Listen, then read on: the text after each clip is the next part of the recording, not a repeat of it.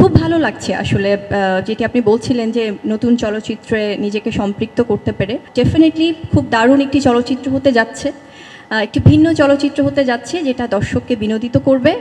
এবং আমার মনে হয় যে দর্শকরা আসলে যে আগ্রহ নিয়ে অলরেডি আছেন নামটি শুনে, সেখান থেকে আমরা অবশ্যই পুরো টিম চেষ্টা করব সে এক্সপেকটেশন ফুলফিল করার জন্য।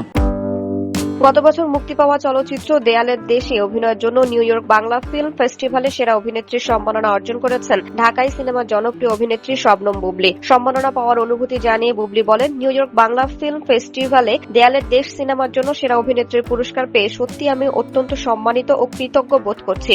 এই স্বীকৃতি শুধু আমার একার নয়, এই যাত্রার অংশ হওয়া প্রতিটি মানুষের। দেয়ালের দেশ সিনেমার সঙ্গে সংশ্লিষ্ট সবাইকে ধন্যবাদ জানিয়ে অভিনেত্রী আরো বলেন, সিনেমার পরিচালক মিশুক মনির, প্রযোজক, লেখক, সহশিল্পী, চিত্রগ্রাহক, মেকআপ ও পোশাক বিভাগ সহ পর্দার পেছনের সব কলাকুশলীদের আন্তরিক ধন্যবাদ জানাই। আপনাদের অদম্য পরিশ্রম, উৎসর্গ ও বিশ্বাসের কারণে এই অর্জন সম্ভব হয়েছে।